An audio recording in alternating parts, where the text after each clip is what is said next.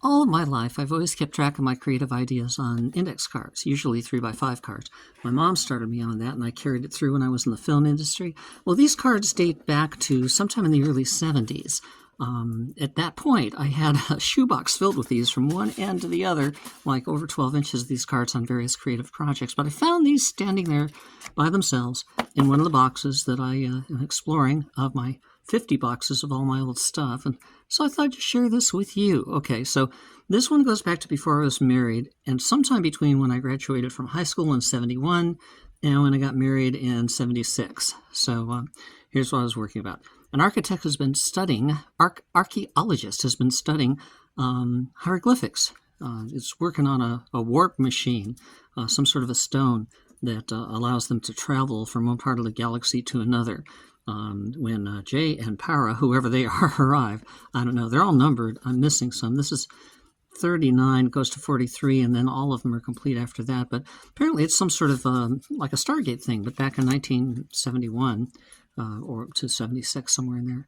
Mutants land on a desert floor, but are washed away by a flash flood. I think that's cool. Looks like they're a terrible army, I guess, and then a flash flood comes in and just wipes them out. Mutants' arrows are propelled by a coconut-type plant that starts out with a large, pliable beach ball, but compresses the air as it dries and contracts, which is kind of cool. Big ball, and it then goes down, and the air pressure increases. I just saw Predator Badlands last year, and it was they had a lot of things similar to that. But again, remember, this is 50 years before that. Not that I'm the first one with it, but, you know, I was always a little forward-thinking. Anyway, but it compresses the air as it dries, and a tube containing the arrow is shoved, I tell you, into the coconut to release the pressure and propel the arrow. And the coconuts, also propel gliders. Okay, rideable gliders. See them trying to get up on their gliders before the flood. Just a visual I wanted to work with. I was interested in making movies since I was 12 years old when I made my first production. Later spent a bunch of time in the entertainment industry. We'll talk about that in other videos. Anyway, this is one of my scenes, my storyboards that I came up with. A moon over here, another moon over there, red glow from lightning, dark sky, red glow on the horizon, and lightning over here, and a hot air balloon. I love mixing the ancient and the new, kind of like Jules Verne plus modern tech. A lot of my stories and songs that I write are about this kind of sci-fi. So here's a neat shot of the balloon crossing the moon. Just a visual. These are the gliders trying to take to the air before the flood comes, and the arrows that they're shooting with their coconuts, pressurized coconuts. Okay, and over here, the view of a mountain, I guess, that they're trying to get to. Card number 49 of this sequence. Like I said, I've got hundreds, probably thousands of these cars. And a crash landing. This is the view looking down into the basket of the balloon. You can see the head and the shoulders of these people as it comes down and the balloon collapses around them.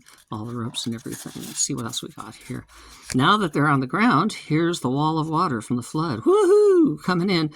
Gonna crush these guys if they don't take off. And our people are crashed here. You can see the balloon and excuse me, a little bit of a cough today, the basket underneath.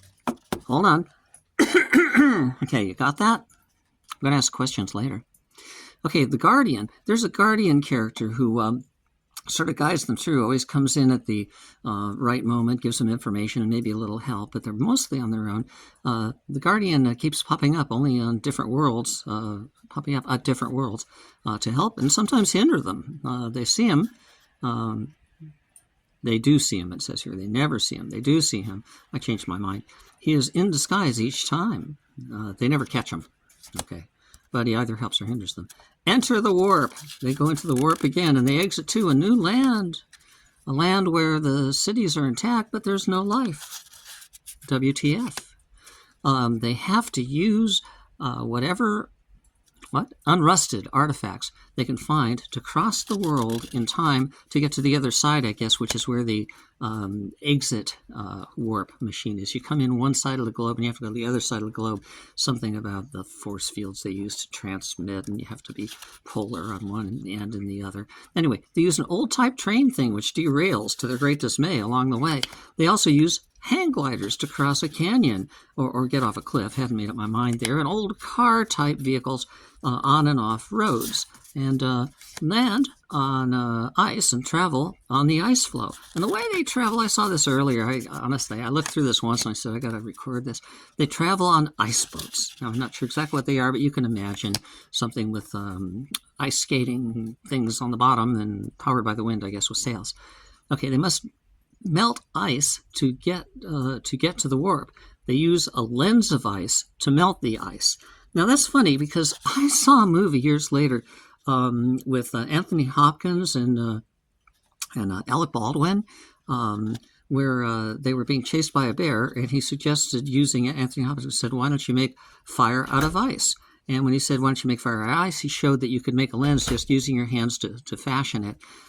I didn't realize that I had the idea myself back in '71. Totally forgot about it until I saw this. So again, maybe a little ahead of my time, or maybe my time's a little behind me. I don't know. Anyway, they go through the last warp on that planet, and they arrive in the same manner with a place of desolation and 4 suns. And up to card 63, he hears a sound. Shh, shh, shh. Okay, what could that be? And a little gray-haired old man is pushing a push broom. That's where the sound is from. In the middle of a huge room. And the little man is the guardian of the city. He explains the situation. He tells them how all this works in this warp network. And then there was this other card that isn't numbered, and it's just sitting out there. It's somebody sitting in a spaceship with the window where you can look through. And he's looking down on a planet with a moon up there and a couple of storms. And this is all part of the outside of the spaceship. So just another creative drawing. Anyway, that's it for this group. Hope you enjoyed it. Otherwise, good luck. And we'll be back again soon with some more memories from my 50 boxes of unsorted memorabilia and collectibles from the last, I guess these go back to even before the time I was born, because it has my mom and my grandparents and everybody. There's stuff from them in there too. Yeah, it's a surprise every time. Like a treasure candle. That's it. Bye for now.